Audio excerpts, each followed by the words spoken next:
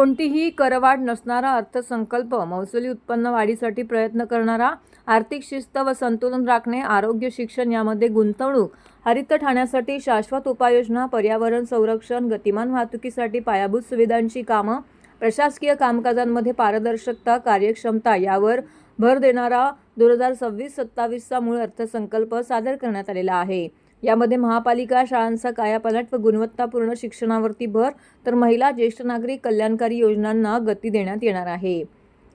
परिवहन सेवेचा 791 कोटी 86 लक्ष रुपयांचा मूळ अर्थसंकल्प परिवहन व्यवस्थापक भालचंद्र बेहरे यांनी महापौर शर्मिला पिंपोळकर यांच्याकडे सुपूर्द केलेला आहे.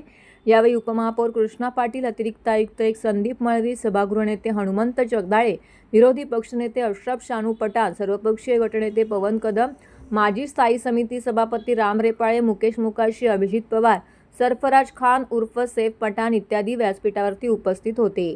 अर्थसंकल्प सादर केल्यानंतर आयुक्त सौरभ राव यांनी पत्रकार परिषदेअंतर्गत पत्रकारांशी संवाद साधलाय. सन 2025-26चा 5,645 कोटी रकमेचा अर्थसंकल्प तयार करण्यात आला होता. यामध्ये पाणी पुरवठा, आकार आणि शहर विकास विभाग, अग्निशामक या विभागांच्या उत्पन्नात काही प्रमाणामध्ये घट येत आहे. त्यामुळे महसुली उत्पन्न 3,523 कोटी 79 लक्ष ऐवजी 3,461 कोटी सुधारित करण्यात येत आहे.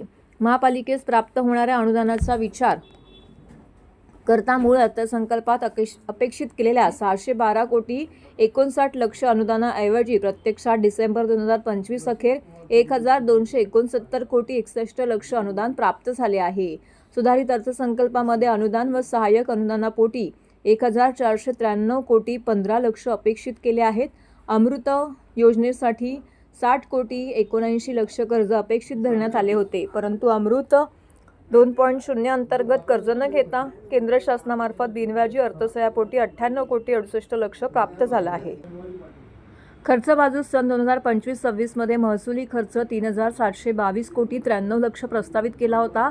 तो सुधारित अंदाजपत्रकामध्ये 3,444 कोटी 80 लक्ष अपेक्षित असून भांडवली खर्च 1,991 कोटी 41 लक्षऐवजी भांडवली अनुदानामध्ये वाढ झाल्याने भांडवली खर्च 1,996 कोटी 39 लक्ष सुधारित करण्यात आलेला आहे. या वर्षीचा बजेट जे माननीय महासभेला सादर झालेला आहे, अजून त्याला मान्यता माननीय महासभेची मिळालेली नाही आहे. शेवटचा अधिकार माननीय महासभेचा आहे. माझ्याकडून जे प्रस्ताव किंवा अर्थसंकल्प सादर झाला तो 6,221 कोटी रुपयाचा आहे आणि यामध्ये घट वाढ माननीय महासभा करेल. 25 तारखेला त्याच्याबद्दल डिटेल चर्चा होणार आहे. तूर्त या बजेटमध्ये कुठल्याही प्रकारची दरवाढ आम्ही सुचवला नाही आहे आणि कुठलाही नवीन टॅक्सेशन ही नाही सुचवला आहे. मात्र हा यथार्थ आहे की महापालिके मार्फत नागरिकांना दर्जेदार सेवा देण्यासाठी थोडीफार दरवाढ जरूर करणे अभिप्रेत आहे. सेवांची गुणवत्ता, सेवाची कॅटेगरी आणि क्वालिटी यामध्ये इम्प्रूव्हमेंट त्याच्यानंतरच येईल. या बजेटमध्ये महानगरपालिकेमार्फत जे आपले कमकुवत घटक आहेत त्यांच्यावर फोकस करण्यात आलेला आहे. महिला, दिव्यांगजन, बाल कल्याण याच्यावर फोकस आहे. पर्यावरण पूरक गतिविधियांवर फोकस आहे.